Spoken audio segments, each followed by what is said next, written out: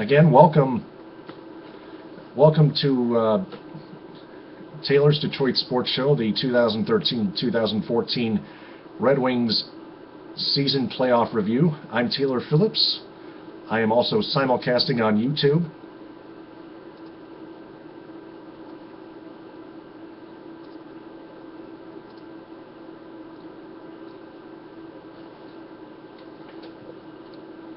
Let's go ahead and get started here. Starting off with the regular season review, the Red Wings got off to a hot start in their regular season with a 2-1 win on opening night at the Joe Louis Arena against the Buffalo Sabres, who had another horrible season, and in the next game a 3-2 overtime victory in Carolina against the Hurricanes when Stephen Weiss scored the game-winning goal. They started out 9-5-2, that's 9 wins, 5 regulation losses, and 2 overtime losses before their 6-game losing streak, the first 5 which went into overtime, and the 6th being a 2-0 loss at home to the Nashville Predators. With that losing streak, they have also lost 7 in a row in a shootout or overtime.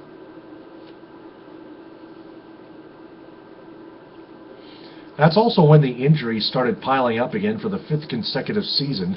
They snapped that losing streak, however, by winning 6 out of their next 7 games before losing twice to the Florida Panthers and once to the Tampa Bay Lightning on the road in a shootout. From there, they were on another lengthy losing streak, which reached 6 again before their overtime win at home over the Calgary Flames 3-2, when Daniel Alfredsson one-timed a slap shot home on the power play.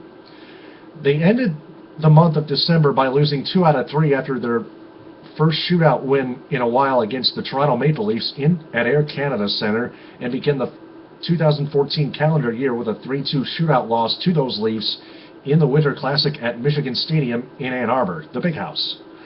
Later in the month of January, they picked up a big 6-5 shootout win in Hockeytown over the defending Stanley Cup champion Chicago Blackhawks. The shootout went to 6 rounds. Jonas Gustafsson was in the net for the Wings, and Darren Helm scored the winner. Their month of January was an average roller coaster, ending on a high note with a 4-3 7-round shootout win at the Joe against the Washington Capitals. Their February schedule was short due to the 2014 Sochi Winter Olympic Games, but they managed to win 4 of 6 in that month. The Wings did a little better in the month of March. They got their revenge against the Maple Leafs at the Joe with a 3-2 win, and the next game they overcame a 5-minute major penalty at home through overtime before winning it with 0.4 seconds left with Daniel Alfredsson's pinball bank shot off of Marc-Andre Fleury, the Penguins goaltender, and another Penguins player, and into the net. They started off the month of April freshly with a big 3-2 win over the Boston Bruins at Joe Louis Arena, and kept getting points until they clinched their 23rd consecutive Stanley Cup playoff berth with a 4-3 shootout loss in Pittsburgh against the Penguins by getting a point. The Red Wings ended their regular season with a 3-0 win in St. Louis against the Blues on Sunday, April 13th.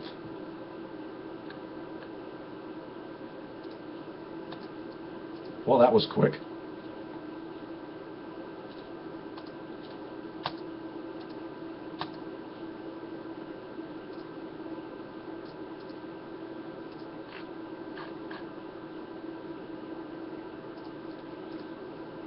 Moving on to the first round Stanley Cup playoff review, the Wings were set to take on the Boston Bruins in what I like to call the Atlantic Division semifinals. The winner of that series would move on to play the winner between the Montreal Canadiens and the Tampa Bay Lightning. Now, the Wings took Game 1 in Boston by the score of 1-0 on Pavel Datsyuk's nifty game-winning goal with 3:01 left in the third period. Howard was stellar in net. But in Game 2, Jimmy Howard, their goaltender, committed an awful turnover out of his crease, which proved to be a big mistake. A very big mistake, in fact, and Justin Florek scored on a wide-open net to give the Bruins a 1-0 lead and momentum throughout the rest of the series as they took Game 2 4-1. The Bruins went on to win the next 3 games 3-0 in Game 3 at the Joe, 3-2 in overtime in Game 4 in the same facility, and 4-2 back in Boston in Game 5 to clinch the series and move on, and that ended the Red Wings' 2013-2014 campaign. This was the 5th time in a row that Detroit was unable to make it past the second round of the Stanley Cup Playoffs and make it to the conference finals, in spite of making it to the playoffs for 23 straight seasons.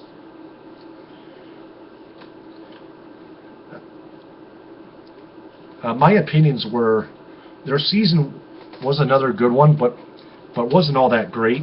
Injuries continued to bite them like they have the past 5 years now, but it was, again, their own fault, not being physically careful with themselves on the ice. They made a lot of costly mistakes, too, most of them which were made by one of their defensemen in particular named Brendan Smith, a lefty at number 2, with a number 2 on the back of his jersey. He has taken too many penalties overall that season as well in his last 2 seasons, which is why they don't need him. They really don't. Smith still has 1 year left in his contract, however, but the Wings always have options to trade contracts to another team, and I think they should trade Brendan Smith to another team unless he can get his act together.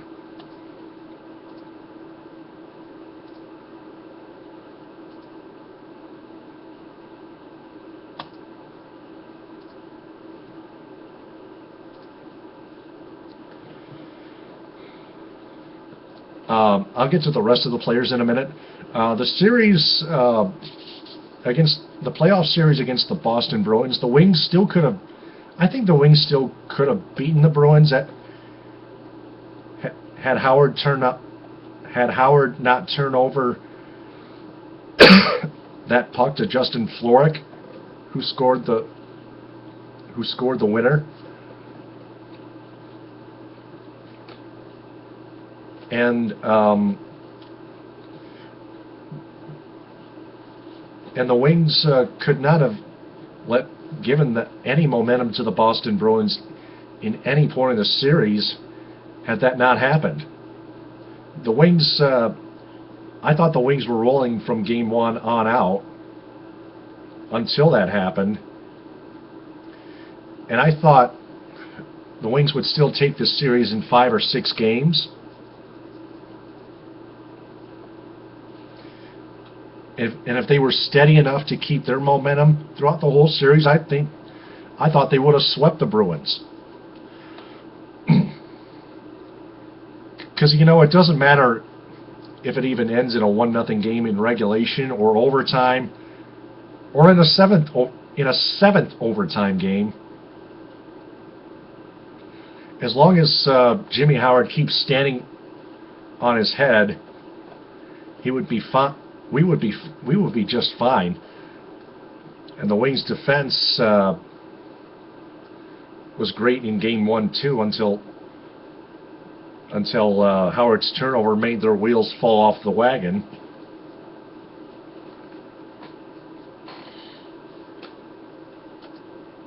And those are mistakes that you can't make. Especially if you're the Detroit Red Wings trying to prove yourself that you're a Stanley Cup championship contender.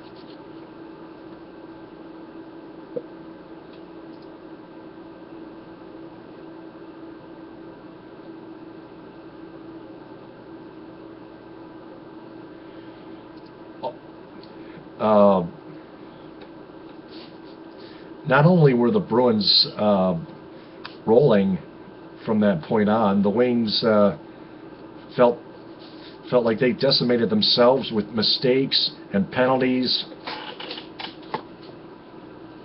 all that stuff. The Wings try to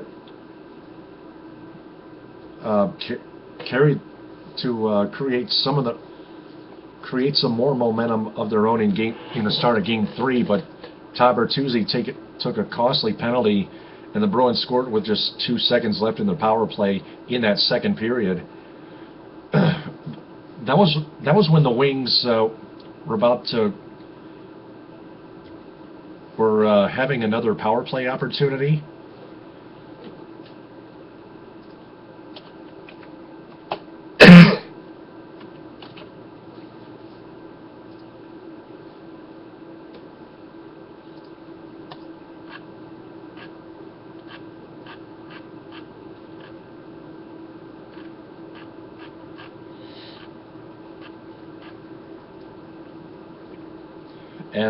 And the Bruins took over from there, and they tied the game early in the third period at 2 apiece, and then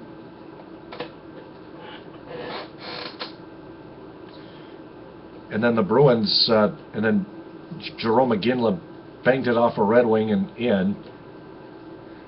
We all know Jerome McGinley, how great he is.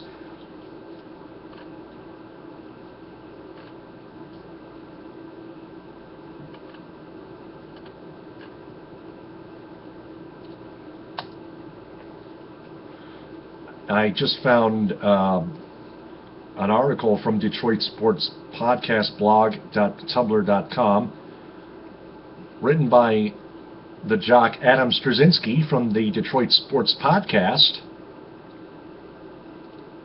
one of my friends on Facebook. He wrote the top 5 changes to make the Detroit Red Wings a contender. Number 5, cut the dead weight. The Red Wings have to say goodbye to guys like Michael Samuelsson, Daniel Cleary, Todd Bertuzzi, Kyle Quincy, David Legwand, and Daniel Alfredsson. Daniel Alfredsson still has his own choice to make, whether he should come back to Detroit and lead the team or to just hang up the skates and retire. Their efforts have been appreciated, but it's time to say goodbye to these aged veterans. Number 4, address free agency with vigor. The Wings have a little more than $20.5 million in their payroll, and with guys like Matt Niskanen, Andre Mazzaros, Dustin Penner, Matt Molson, and Devin Setaguchi out there as unrestricted free agents, their general manager the Red Wings general manager Ken Holland needs to nab at least 2 young stars to bring into the fold. Number 3, don't be afraid to trade for talent. The Wings have a wealth of young talent, such as Tomas Tatar, Thomas Jurko, Riley Sheahan, Luke Glendening, and Joachim Anderson. Guys like those have a worth in the NHL and could result in adding more power to this Wings team if packaged properly. Back to number...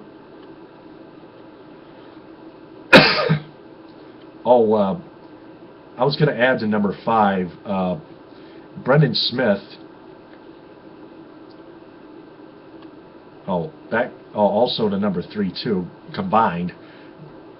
I think the Wings should trade Brendan Smith. I have already had enough of his costly mistakes on the ice and his costly penalties. Maybe not most of them of his penalties are costly, but at least one of them was. That was in the 6-5 shootout, 6-5 overtime loss in D.C. against the Capitals one time last February, I think. I'm going to look up the schedule.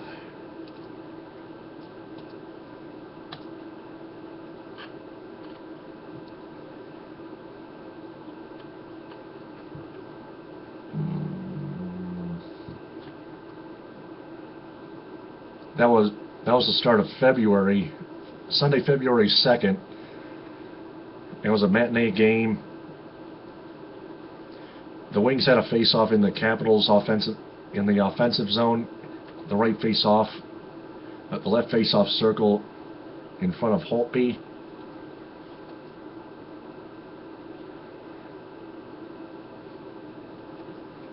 And Brendan Smith tripped up Troy Brouwer with his stick.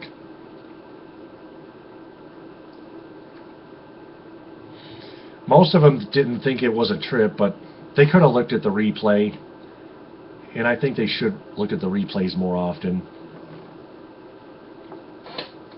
instead of just whining and complaining and over-cuddling their players. I'm not trying to rip any of the players, but I'm just pointing something out.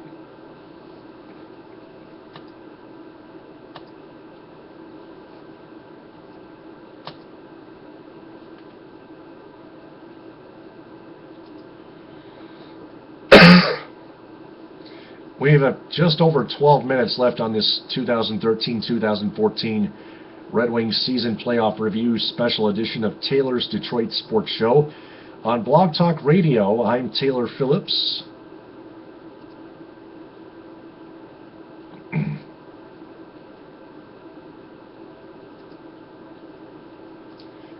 And if you want to reach me on something, you can call in at 646-478-4837.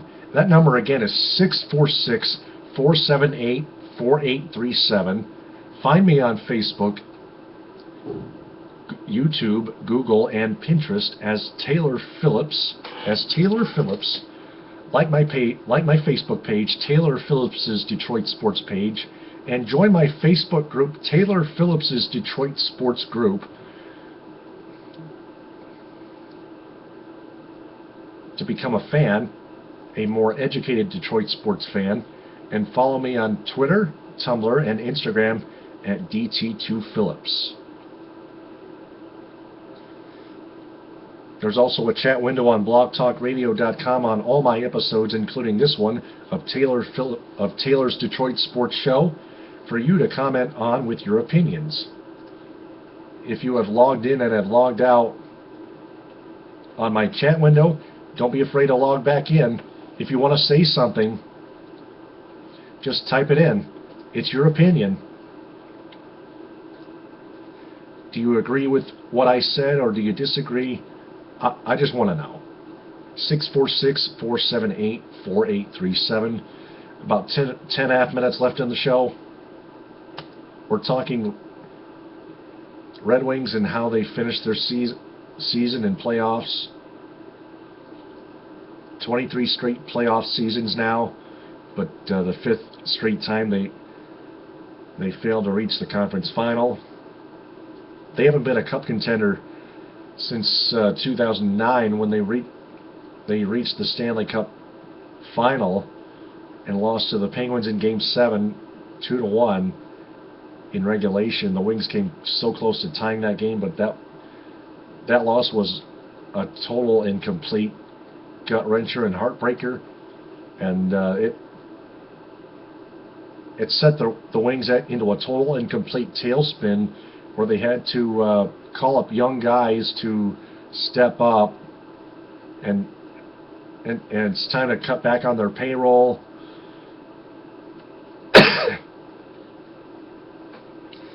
That loss just devastated the Wings. Back to the top 5 changes to make the Detroit Red Wings a contender. Continuing with number 3, it's time to turn those assets like Luke Glendening and Joachim Andersen and Tatar, Sheahan, and Nyquist into dividends. They already re-signed Gustav Nyquist. His breakaway goals late in the regular season, in the late stages of the regular season, have been phenomenal. So phenomenal, I think that Red Wings head coach Mike Babcock should actually consider putting Gustav Nyquist in the next shootout.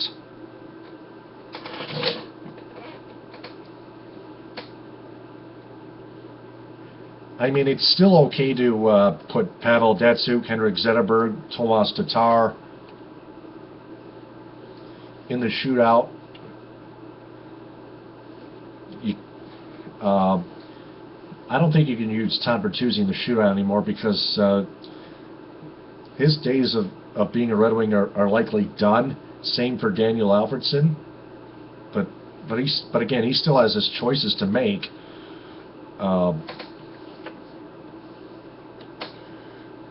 But guys like Glendening and Anderson have a worth in the NHL and could result in adding more power play to this Wings team if packaged properly. Number 2, create line shuffle for offense. You saw the talent of the kids this past season. They deserve more ice time. Gustav Nyquist, Tomas Tatar, and Tomas Jurko should be your second line off the bench. I think they should be the first line, or maybe the second line, but Datsuk should be on the first line.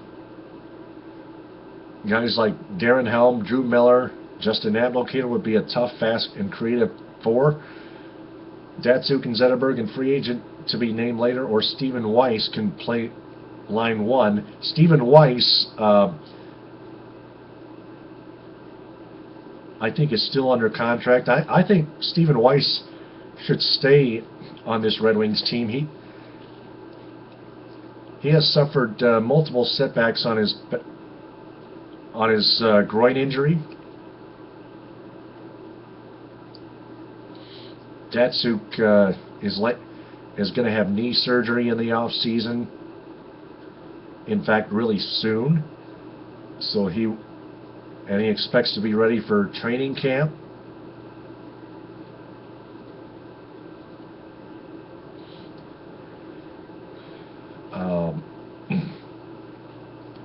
Henrik Zetterberg made a nice return in the first round of the playoffs after suffering a herniated disc in the Olympics. Some thought he was going to be out for the rest of the season, but no, it was never official.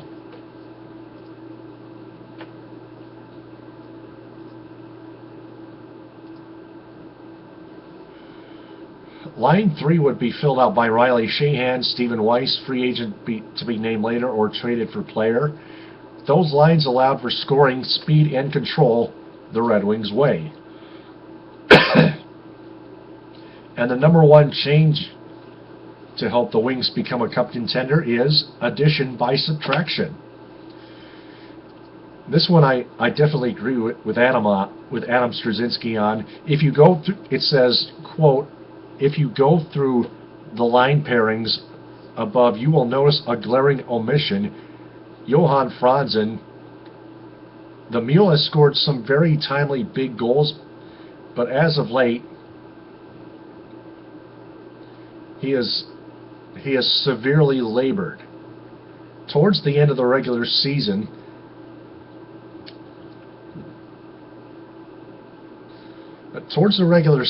Franzen scored 4 goals in the final 22 games and had a whopping 0 goals, an icy 0 goals in the postseason, in the first round of the playoffs. The Wings have an amnesty clause to use or lose before the next season. This is where the Red Wings team gets stronger without Franzen on line 1 or 3.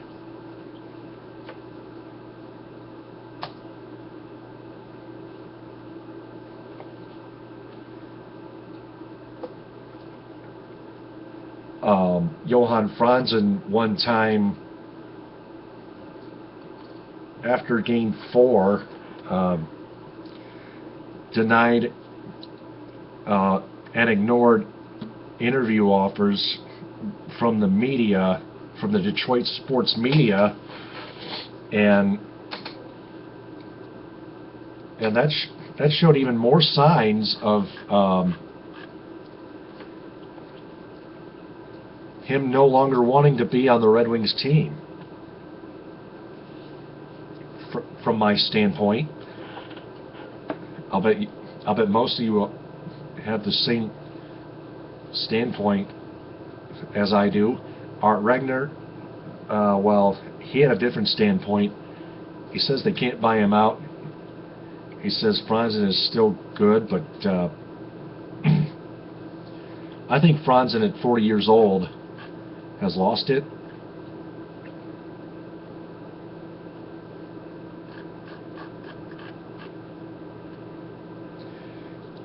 And I don't think he'll ever be able to get it back Franzen should actually retire.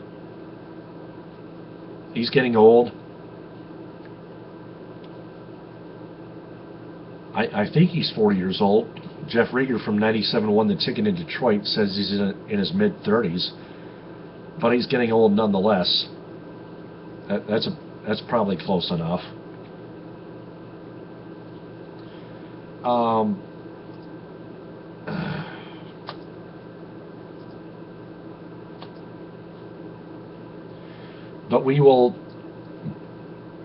But I will keep you posted on all the updates in the off season for the Red Wings and what they managed to do. There will be a lot of changes. If Mike Babcock leaves, who do you think will be his next coach? You got less than 2 minutes to call in. It's 646-478-4837. This is the 2013-2014 Red Wings season playoff review on Taylor's Detroit Sports Show. I'm Taylor Phillips. We have now a minute and a half left on our show. 90 seconds.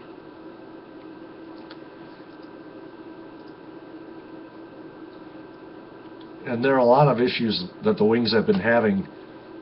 They've been making it to the playoffs. I know a lot of you Red Wing fans should be proud of that, but on top of that, you all have to be concerned with the way the Wings have been tailing off in the playoffs the last 5 seasons, the last 5 playoff runs. And you always want the Red Wings to be a Stanley Cup contender. That's usually who they are. That's who they have been in the past.